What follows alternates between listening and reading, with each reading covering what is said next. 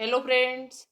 मैं आरती यादव आपके अपने यूट्यूब चैनल पर आप सभी लोगों का हार्दिक स्वागत करती हूँ। आप सभी लोगों को हमारा नमस्कार। आशा करती हूँ कि आप सभी लोग बहुत ही स्वस्थ होंगे और बहुत ही अच्छी तरीके से अपनी पढ़ाई कर रहे होंगे। तो आज हम आपके लिए cell cycle and cell division का पार्ट नंबर 2 लेकर आए, जिसमें आज हम चर्चा करने वाले एम फेस यानी कि माइटोटिक फेस क्या होता है। और आज आपका जो समसूत्री विभाजन है, जिसे हम माइटोसिस कहते हैं, वो पूरा क्लियर हो जाएगा। जिनको समसूत्री विभाजन ये टॉपिक अच्छे से समझ में नहीं आता है, उनको भी आज समझ में आ जाएगा यदि आप लास्ट तक हमारे साथ बने रहे। समसूत्री विभाजन क्या होता है, उसकी जो अवस्थाएं होती है, कैरियोकाइनेसिस क्या है, साइटोकाइनेसिस क्या है।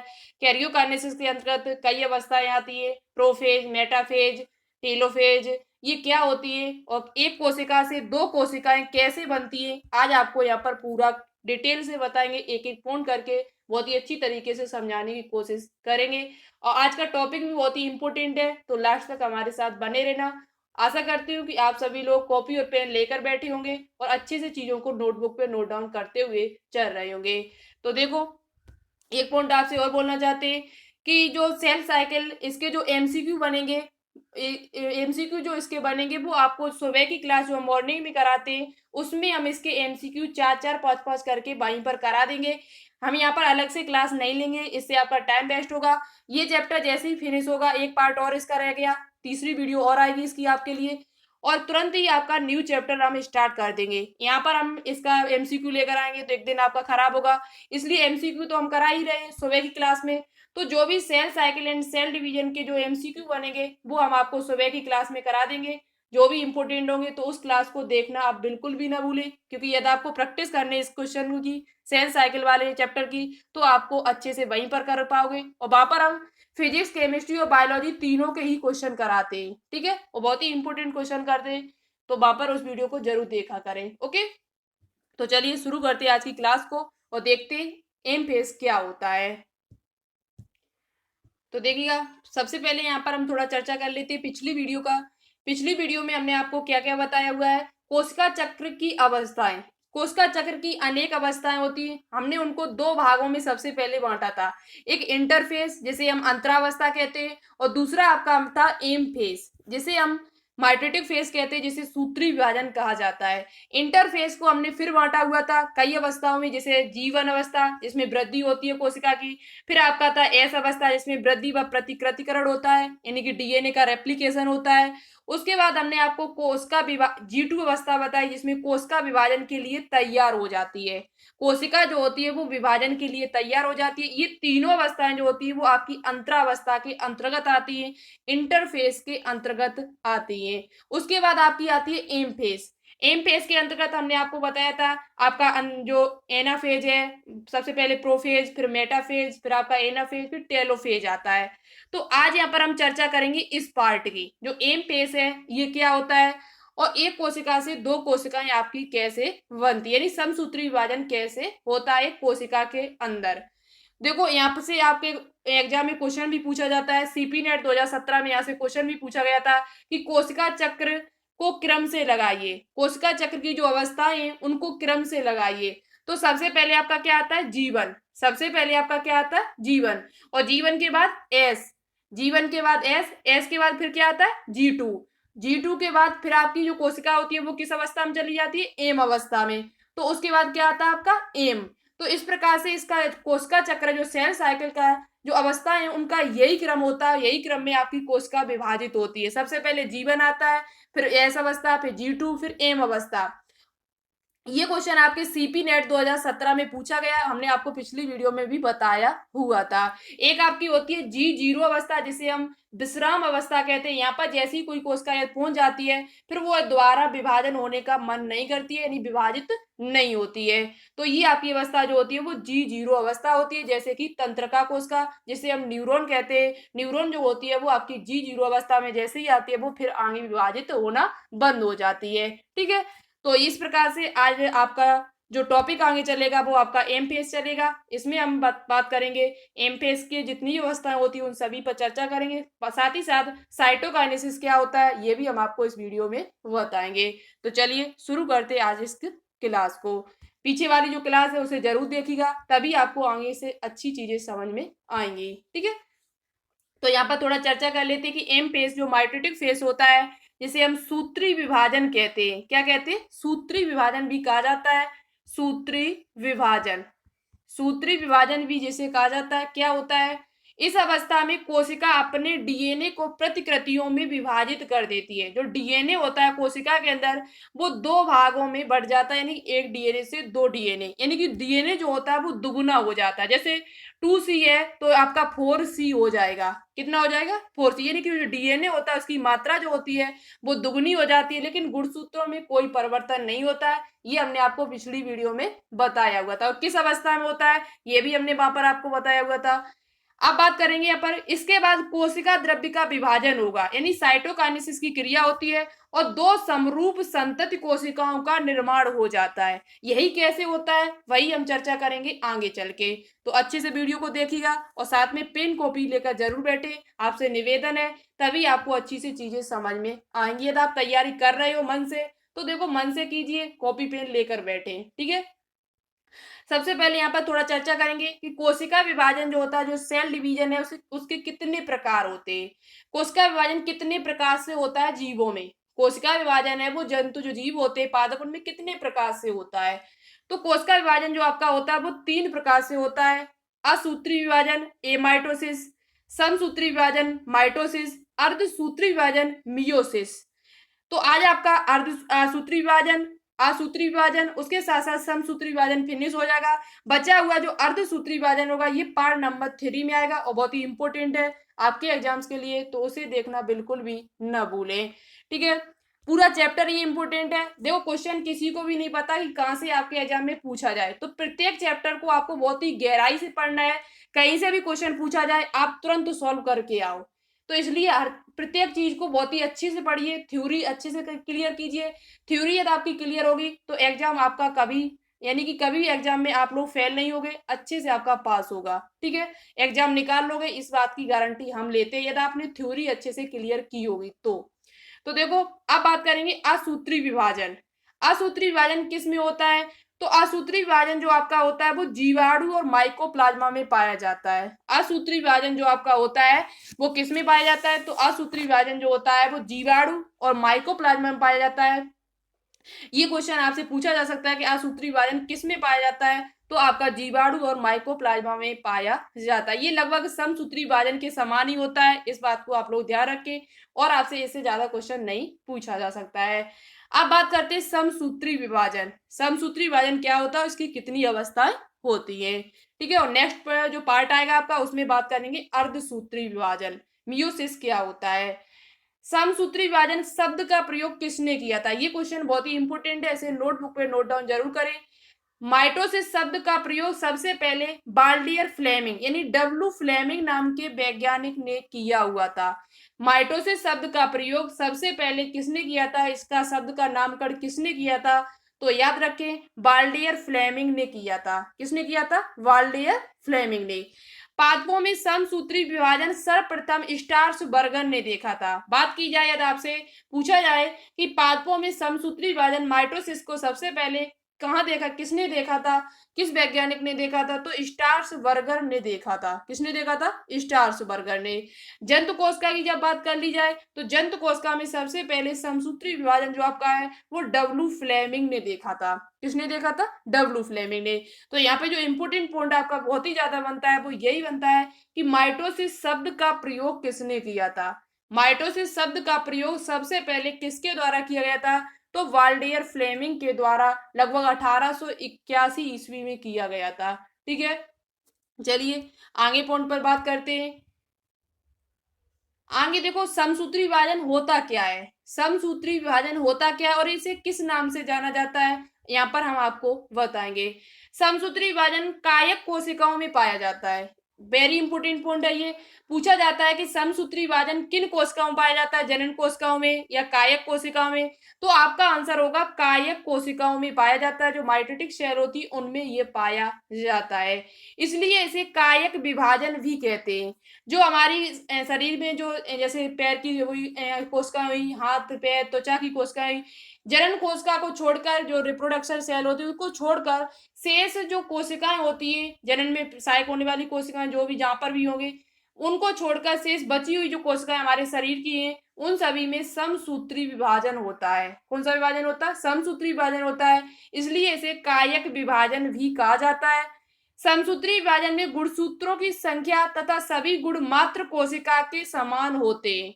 समसूत्री विभाजन में सबसे अच्छी विशेषता ये है इसकी कि समसूत्री विभाजन में गुणसूत्रों की जो संख्या होती है वो समान रहती है। जैसे आपके 46 गुणसूत्र है तो 46 ही होंगे, जैसे किसी में 14 गुणसूत्र है तो 14 ही होंगे आपके। ठीक है, अब बात करते हैं कि इसके जो गुण होते हैं वो भी मात्र कोशिका जो मदर सेल होती है उसके बिल्कुल समान ही होते हैं। देखा होगा आपने अलिंगी जनन को आपने पढ़ा होगा, एसेक्सुअल रिप्रोडक्शन। एसेक्सुअल रिप्रोडक्शन जिन जीवों में पाया जाता है जैसे कि अमीबा, अमीबा आपने नाम सुना होगा। अमीबा जो आपका होता है उसको कोई आकार आकृति निश्चित नहीं होती है, तो उसमें समसूत्री विभाजन ही होता है, समसूत्री विभाजन होता है। और एक कोशिका से दो कोशिकाएं जब बनती हैं उसमें तो बिल्कुल अपने मात्र कोशिका के समान ही बनती हैं, बिल्कुल अपने मात्र कोशिका के समान, गुणसूत्रों की संख्या समान, सकल सूत्र बिल्कुल समान होता है। तो इसलिए जितने भी अलिंगी जनन करने वाले जीव होते हैं उन सभी में समसूत्री विभाजन पाया जाता है। ये पॉइंट बहुत ही इंपोर्टेंट है, पूछा भी जाता है कि अलिंगी जनन में, अलिंगी जनन जो होता है उसमें कौन सा विभाजन होता है, तो समसूत्री विभाजन होता है। कौन सा विभाजन होता है? समसूत्री विभाजन यानी माइटोसिस पाया जाता है। ठीक है, नेक्स्ट पॉइंट की बात करते हैं। अब बात आई यहाँ पर कि सूत्री विभाजन के भाग, सूत्री विभाजन को दो भागों में बांटा गया है, कैरियोकाइनेसिस और साइटोकाइनेसिस, कैरियोकाइनेसिस और साइटोकाइनेसिस। साइटोकाइनेसिस के बारे में हम आपको नेक्स्ट यानी कि आगे बताएंगे चल के। हम बात करेंगे यहाँ पर सबसे पहले कैरियोकाइनेसिस क्या होता है। कैरियोकाइनेसिस क्या होता है, तो इसमें केंद्रक का विभाजन होता है। इसमें इस क्रिया में क्या होता है? केंद्रक का विभाजन होता है। आपसे ये क्वेश्चन पूछा भी जाता है, केंद्रक का विभाजन को क्या कहते हैं? कि जब कोशिका के अंदर केंद्रक का विभाजन होता है तो उसे उस क्रिया को क्या कहा जाता है? तो उस क्रिया को कैरियोकाइनेसिस कहा जाता है। क्या कहा जाता है? कैरियोकाइनेसिस। कैरियोकाइनेसिस जो क्रिया ये कितने पदों में संपन्न होती है? तो ये 4 पदों में संपन्न होती है। कितने पदों में संपन्न होती है? इसके 4 पद होते हैं। सबसे पहले प्रोफेज, फिर उसके बाद मेटाफेज, एनाफेज और टीलोफेज। पूर्वावस्था, मध्यावस्था, पश्चावस्था और अंत्यावस्था। ठीक है, अब यहां से आपसे क्वेश्चन कैसे पूछा जाता है वो भी हम आपको बताते हैं, तो ध्यान से सुनना। यहां से क्वेश्चन पूछा जाता है कि कैरियोकाइनेसिस की अवस्थाओं को क्रम से लगाइए। कैरियोकाइनेसिस में जो अवस्थाएं आती, जो प्रोफेज जो अवस्थाएं होती, फेस होते हैं, उनको क्रम से लगाइए। तो याद रखिए सबसे पहले आपका प्रोफेज आता है, उसके बाद बेटा फेज आता है, उसके बाद एना फेज आता है, उसके बाद टेलोफेज आता है। अब आप कैसे याद करोगे? तो हमने आपको पिछली वीडियो में ट्रिक्स भी बताई थी, ट्रिक्स बताई थी आपको। पीएम आते हैं, क्या आते हैं? पीएम आते हैं। पी से प्रोफेज, एम से मेटाफेज, ए से एनाफेज और टी से टेलोफेज। ये इसका क्रम है और ये क्रम आपको इसी ट्रिक से याद करना है। और ये आपसे कभी कभार पूछ लिया जाता है तो अच्छे से इसे याद कर लेना। तो कैरियोकाइनेसिस की कितनी अवस्थाएं होती हैं? 4, प्रोफेज, मेटाफेज, एनाफेज और टीलोफेज। कैरियोकाइनेसिस क्या होता है? तो इसमें केंद्रक का विभाजन होता है सबसे पहले। और याद रखिए समसूत्री विभाजन में सबसे पहले केंद्रक का विभाजन होता है, उसके बाद कोशिका द्रव्य का विभाजन होता है। तो केंद्रक विभाजन है वो सबसे पहली क्रिया, इसमें पहली अवस्था आती है। उसके बाद कोशिका द्रव्य का विभाजन होगा, उसके बाद किसका विभाजन होगा? कोशिका द्रव्य का विभाजन होता है। ठीक है, चलिए आगे चर्चा करते हैं। अब बात करेंगे प्रोफेज होता क्या है, इसमें क्या क्या होता है, कोशिका के अंदर क्या क्या परिवर्तन आते हैं, एक कोशिका के अंदर क्या क्या चेंजिंग आती है, वो प्रोफेज में हम आपको बताएंगे। तो सबसे पहली बात है यहाँ पर कि इस अवस्था में क्रोमेटिन, जो क्रोमेटिन धागे होते हैं कोशिका के अंदर, पतले पतले जो धागे होते हैं वो परस्पर कुंडलित होकर सघन हो जाते हैं और गुणसूत्रों में बदल जाते हैं। किसमें बदल जाते हैं? गुणसूत्रों यानी क्रोमोसोम्स में वह बदल जाते हैं। किसमें? प्रोफेज अवस्था में। पहली बात हो गई है। ठीक है, कौन से धागे? क्रोमेटिन धागे। कोशिका के अंदर जो क्रोमेटिन धागे होते हैं, जो पतले पतले धागे नुमा संरचना होती है, वो किसमें बदल जाती है? तो वो गुणसूत्रों में बदल जाती है। ठीक है, नेक्स्ट पॉइंट बहुत ही इंपॉर्टेंट है, गुणसूत्र दो क्रोमोटिड्स, गुणसूत्र जो होते हैं वो दो क्रोमोटिड्स से मिलकर बना होता है, जो सेंट्रोमियर गुणसूत्र, जिसे हम गुणसूत्र बिंदु हिंदी में कहते हैं, पर जुड़े रहते हैं। जो दो क्रोमोटिड्स होते हैं वो किसके द्वारा जुड़े होते हैं? आपसे पूछा जाए तो आप बता देना कि गुणसूत्र बिंदु के द्वारा जुड़े होते हैं, जिसे इंग्लिश में कहा जाता है सेंट्रोमियर। क्या कहा जाता है? सेंट्रोमियर। कैसे? देखो हम आपको अभी दिखाते हैं। जैसे कि आपने देखा होगा, नॉर्मल जो गुणसूत्र आपने देखे होंगे वो ज्यादातर ऐसे देखे होंगे। नॉर्मल गुणसूत्र आपने जो देखे होंगे, ये इसका गुणसूत्र बिंदु है। इस प्रकार से आप नॉर्मल, इसके अंदर डीएनए पाया जाता है, क्योंकि गुणसूत्र जो होते हैं वो डीएनए और स्टोन प्रोटीन से मिलकर बने, डीएनए स्टोन प्रोटीन और नॉन स्टोन प्रोटीन से मिलकर बने होते हैं। ये आपको पहले से पता होगा। तो गुणसूत्र के अंदर क्या होगा? डीएनए। गुणसूत्र के अंदर क्या होगा? डीएनए। लेकिन गुणसूत्र यदि देखा जाए सही तरीके से, तो गुणसूत्र कुछ इस प्रकार से होते हैं। किस प्रकार से होते हैं? इस प्रकार से आपके कुछ गुणसूत्र होते हैं। गुणसूत्र थोड़ा सही से नहीं बना। तो ये जो गुणसूत्र होते हैं वो, उसमें दो क्रोमोटिड्स पाए जाते हैं। एक गुणसूत्र में आपके दो क्रोमोटिड्स पाए जाते हैं, एक आपका ये, दूसरा आपका ये। तो कितने क्रोमोटिड्स होते हैं? दो क्रोमोटिड्स पाए जाते हैं। और ये किस चीज से जुड़े होते हैं? किस बिंदु के द्वारा जुड़े होते हैं? तो वो आपके गुणसूत्र बिंदु यानी सेंट्रोमियर के द्वारा जुड़े होते। तो ये जो बीच में आपको दिखता है, ये क्या है? हमारा गुणसूत्र बिंदु। तो यहां से आपसे क्वेश्चन कैसे पूछा जाएगा कि गुणसूत्र किसके द्वारा जुड़े होते हैं, उनके जो क्रोमोटिड्स होते हैं वो किसके द्वारा जुड़े होते हैं? तो वो आपके गुणसूत्र बिंदु के द्वारा जुड़े होते हैं आपस में। अब बात की जाए कि यहाँ पे कितने गुणसूत्र हैं, तो आप याद रखें, या आप ये ना बोल दे कि यहाँ पर दो गुणसूत्र हैं। कितने गुणसूत्र? दो गुणसूत्र नहीं, यहाँ पर एक ही गुणसूत्र है। जितने सेंट्रोमियर होंगे, यहाँ पर कितने सेंट्रोमियर है? एक। जितने सेंट्रोमियर होंगे उतने ही गुणसूत्र होंगे। यदि यहाँ पर दो सेंट्रोमियर होते तो दो गुणसूत्र होते, यहाँ पर एक सेंट्रोमियर है तो एक ही गुणसूत्र होगा। बहुत ही इंपोर्टेंट पॉइंट है, ध्यान से सुने हमारी बात को कि यहाँ पर कितने सेंट्रोमियर है? एक। तो गुणसूत्र कितने? एक ही गुणसूत्र है। ठीक है, क्योंकि गुणसूत्र जो होते हैं वो जोड़े में होते हैं। जितने ज्यादा सेंट्रोमियर होंगे उतने ही गुणसूत्र होंगे। तो यहाँ पर एक सेंट्रोमियर है तो ये गुणसूत्रों की संख्या भी एक ही होगी। तो गुणसूत्र जो होते हैं वो दो क्रोमोटिड्स से मिलकर बना होते हैं, और उनके बीच का जो बिंदु होता है वो किसके द्वारा जुड़ा होता है? सेंट्रोमियर के द्वारा जुड़े होते हैं। कितने? दो गुणसूत्र, दो क्रोमोटिड्स। ठीक है, तो हमने आपको बहुत ही अच्छी तरीके से समझाने की कोशिश की। आशा करती हूँ कि आपको समझ में आएगा, और ना समझ में आए तो आप कमेंट बॉक्स में कमेंट करके हमसे पूछ सकते हो। ठीक है, आप कुछ इंपोर्टेंट पॉइंट है उनको पता, ये पॉइंट आप अच्छे सुनना। अभी हम आपको फिगर की सहायता से बहुत अच्छी तरीके से समझाने की कोशिश करेंगे। तो फिगर आपका थोड़ा बाद में हमने लगाया, याद नहीं रहा हमको, नहीं तो हम फिगर पहले लगाते उसके बाद थ्योरी लगाते। फिगर आपका बाद में है, थोड़ा अभी यहीं पे चित्र के तुरंत, इस स्लाइड के तुरंत बाद है। तो फिगर को देखें तभी आपको अच्छी समझ में आएगा। तो पहले ये पॉइंट पढ़ लेते, उसके बाद हम आपको फिगर दिखा देंगे।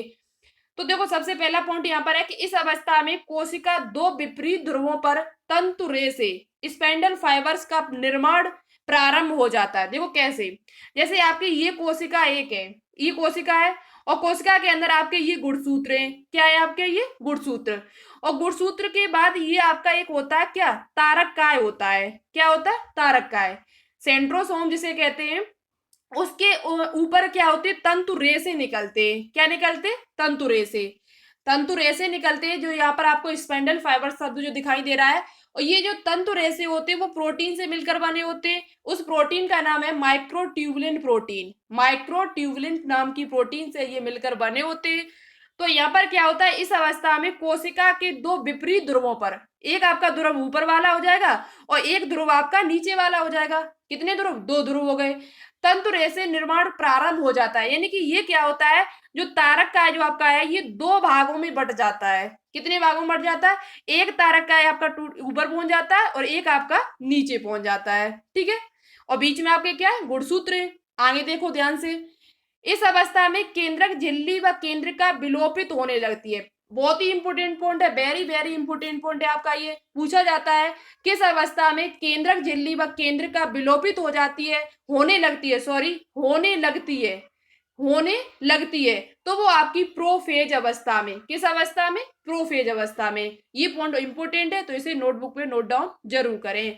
तंतु रेशों की लंबाई बढ़ने के दौरान तारक केंद्र जो होते हैं वो एक दूसरे से दूर विस्थापित हो जाते हैं। जो सेंट्रॉइड्स होते हैं, अभी हम आपको आगे फिगर में दिखाएंगे तारक केंद्र कहाँ होते हैं, तो वो एक दूसरे से दूर विस्थापित हो जाते हैं। एक ऊपर वाले ध्रुव पे पहुंच जाता है और एक नीचे वाले ध्रुव पर आ जाता है। देखो कैसे फिगर में, अभी हम आपको दिखाते। जो ये सेकंड पॉइंट लिखा है ये इंपोर्टेंट है, इसे याद कर ले। अब देखो ये आपकी ये कोशिका है। इस कोशिका के अंदर सबसे पहली बात है कि केंद्रक होगा। क्या होगा? केंद्रक। केंद्रक के अंदर आपकी केंद्रिका होगी, और केंद्रिका जो केंद्रक होगा उसके ऊपर एक केंद्रक आवरण चढ़ा होगा, केंद्रक झिल्ली जिसे कहते हैं, जो आपकी प्रोफेज अवस्था में, पूर्वावस्था में नष्ट होने लगती है। ठीक है, कैसे देखो। और ये आपके जो तारक का है, एक आपका देखो तारक का है, ये तारक जिसे तारक कहते हैं, एक आपका तारक ये पहुंच गया। और इस तारक के अंदर जो होगा वो क्या होगा? तारक केंद्र होगा, सेंट्रोइड्स जिसे कहते हैं। तो जो सेंट्रोइड्स होते हैं एक ऊपरी विपरीत ध्रुवों पर चले जाते हैं, एक ऊपर पहुंच जाता है ऊपर ध्रुव पर, और एक आपका नीचे ध्रुव पर पहुंच जाता है। ठीक है, इसमें क्या होता है, इसके जो केंद्रिका होती है इसके अंदर आपकी क्या होते हैं, केंद्रिका जो होती है उसके अंदर आपके गुणसूत्र होते हैं, और गुणसूत्र जो होते हैं वो गुणसूत्र बिंदु के द्वारा जुड़े होते हैं। जो क्रोमेटिड धागे होते हैं, जो क्रोमेटिड होते हैं वो किसके द्वारा जुड़े होते हैं? गुणसूत्र बिंदु के द्वारा। तो आपको ये बीच में संरचना दिखाई दे रही होगी, ये देखो। तो एक गुणसूत्र में कितने क्रोमेटिड होते हैं? 2 क्रोमेटिड होते हैं जो गुणसूत्र बिंदु के द्वारा जुड़े होते हैं। ये आपको देखो दिखाई दे रहा है गुणसूत्र बिंदु, लिखा है कि नहीं लिखा? और ये गुणसूत्र बिंदु, अब ये क्या होंगे, ये इन गुणसूत्र बिंदु, ये क्रोमेटिड जो होंगे वो अलग अलग होंगे। एक क्रोमेटिड ये वाला भाग ऊपर वाले तारक काय के ऊपर पहुंच जाएगा। ये जो तारक काय है ये इनके जो रेसे निकले हुए हैं, यहाँ पर एक पॉइंट क्लियर और कर ले।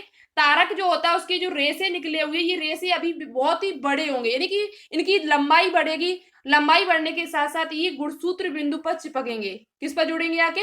गुणसूत्र बिंदु पर जुड़ेंगे आके। और गुणसूत्र बिंदु जो होंगे उनके जो क्रोमेटिड है वो अलग अलग हो जाएंगे।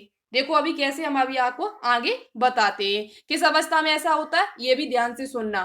ठीक है, एक एक पॉइंट इंपोर्टेंट है आपके एग्जाम्स के लिए। नेक्स्ट पॉइंट देखिए, अब बात करते हैं आगे। अब बात करते हैं कि जो सेकंड अवस्था है, मध्य अवस्था, मेटाफेज, उसमें क्या होता है।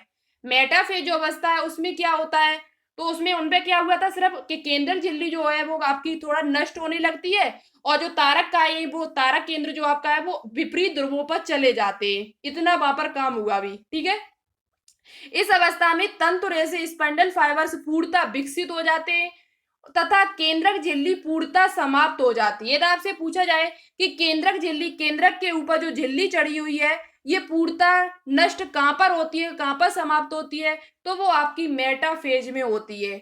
और जो तंतु रेशे होते हैं वो पूर्णतः विकसित कहाँ होते, तो वो भी आपके मध्यावस्था में भी होते आके।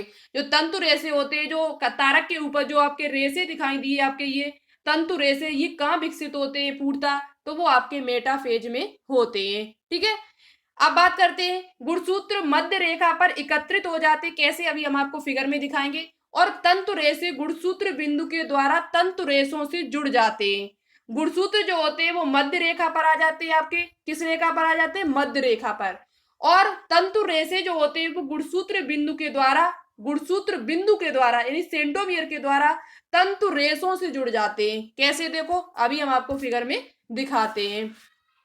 तो देखो इस प्रकार से जो तंतु तारक, जो तारक होता है उसमें तंतु रेशे निकलते हैं, और ये जो तंतु रेशे होते हैं ये आपके बहुत ही विकसित, पूर्णतः विकसित हो जाते हैं, यानी कि इनकी लंबाई बढ़ जाती है। और जो गुणसूत्र होते हैं वो आपके मध्य रेखा पर आ जाते हैं। ये देखो आपको दिखाई दे रहा होगा, गुणसूत्र जो होते हैं वो तर्क तंतुओं में मध्य रेखा में स्थित है, और ये किससे, जो रेशे निकले हुए ये आपके किस में जुड़ जाते हैं आके, जो रेशे होते हैं वो आपके गुणसूत्र बिंदु से जुड़ जाते हैं। किससे जुड़ जाते हैं? गुणसूत्र बिंदु से आपके आकर जुड़ जाते हैं। और ये आपके क्या है? Spindle fibres. और ये स्पंडल फाइबर्स किसके बने होते हैं? प्रोटीन के आपके बने हुए होते हैं। तो एक आपका तारक ये है और दूसरा आपका ये है, तो ये दो अलग हो गए। अब देखो कैसे गुणसूत्र अलग होते हैं, गुणसूत्र जो क्रोमेटिड है, ये 2 क्रोमेटिड आपको दिखाई दे रहे हैं, ये अलग अलग कैसे होते हैं वो आपको नेक्स्ट अवस्था में हम दिखा रहे हैं। ठीक है, अब बात करते हैं चौथी अवस्था, पश्चात अवस्था में क्या होता है, एनाफेज में क्या होता है। इस अवस्था में गुणसूत्र बिंदु 2 भागों में विभाजित होकर दोनों क्रोमेटिड को अलग अलग कर देते हैं। वेरी वेरी इंपोर्टेंट पॉइंट है ये। तो पूछा जाता है किस अवस्था में गुणसूत्र बिंदु 2 भागों में विभाजित होकर दोनों क्रोमेटिड को अलग अलग कर देते हैं, तो वो आपकी अवस्था जो होती है वो एनाफेज होती है। कौन सी अवस्था होती है? एनाफेज। कैसे देखो फिगर में हम आपको दिखाएंगे। क्रोमेटिड विपरीत ध्रुवों की ओर जाने लगते हैं और पूर्ण गुणसूत्र का निर्माण हो जाता है। जो क्रोमेटिड होते हैं वो विपरीत ध्रुवों पर जाने लगते हैं, और क्रोमेटिड जो होते हैं वो क्या होता है, क्रोमोटिड जो होते हैं वो विपरीत ध्रुवों की ओर जाने लगते हैं और पूर्ण गुणसूत्र यानी पूर्ण क्रोमोसोम्स का निर्माण दोबारा से फिर हो जाता है और दोबारा से केंद्रक झिल्ली और केंद्रिका का निर्माण होगा। यानी कि एक से कितने हो गए, अब दो। यानी क्रोमोटिड जो हमारे गुणसूत्र जो थे, गुणसूत्र सॉरी,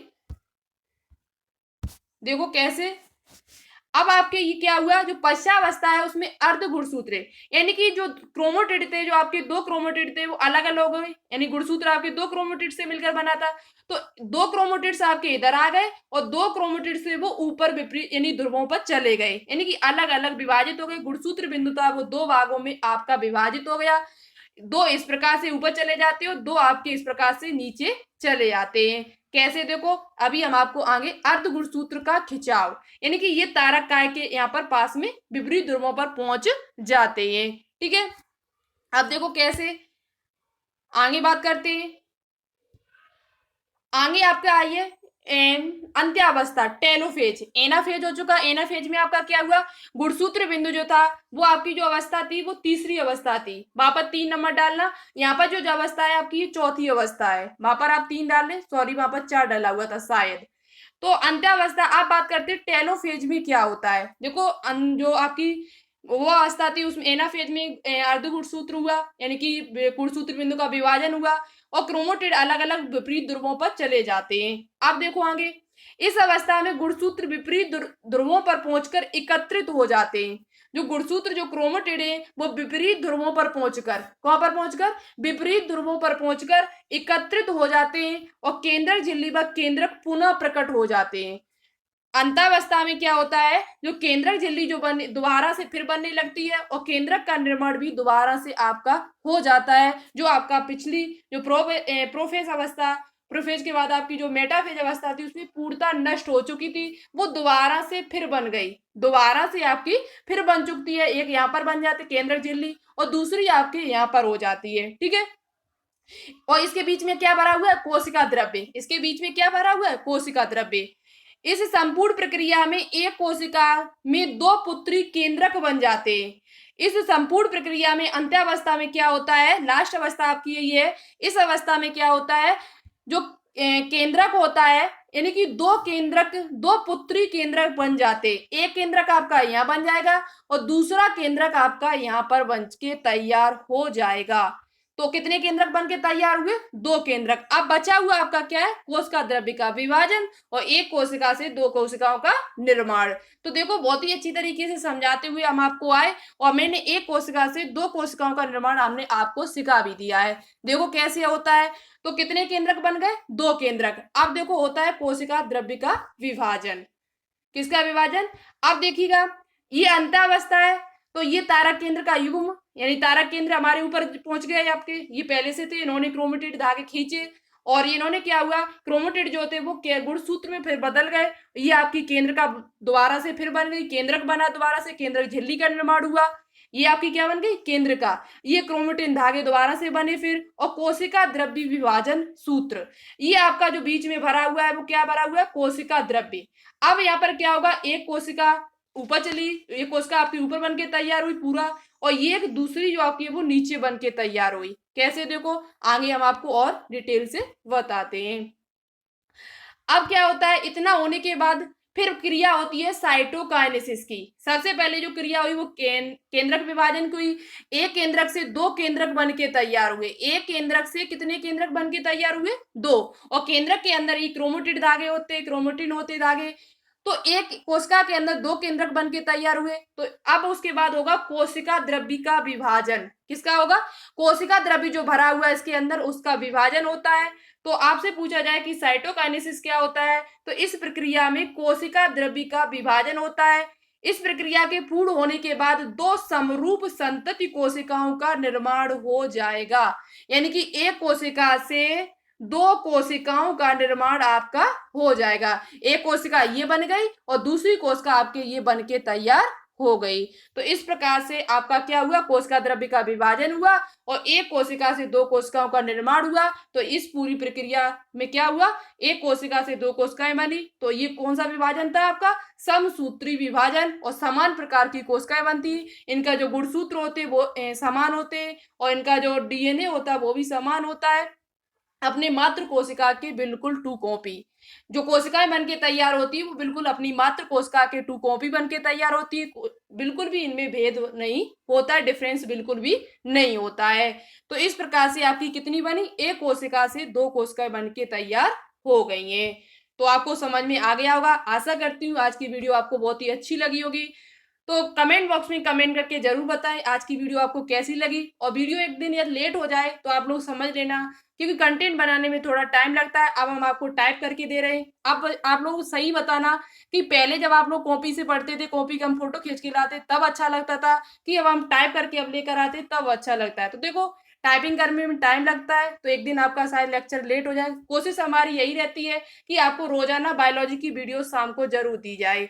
ठीक है, यही कोशिश हम करते हैं, लेकिन हो जाता है लेट कभी कभार, इसके लिए सो सॉरी।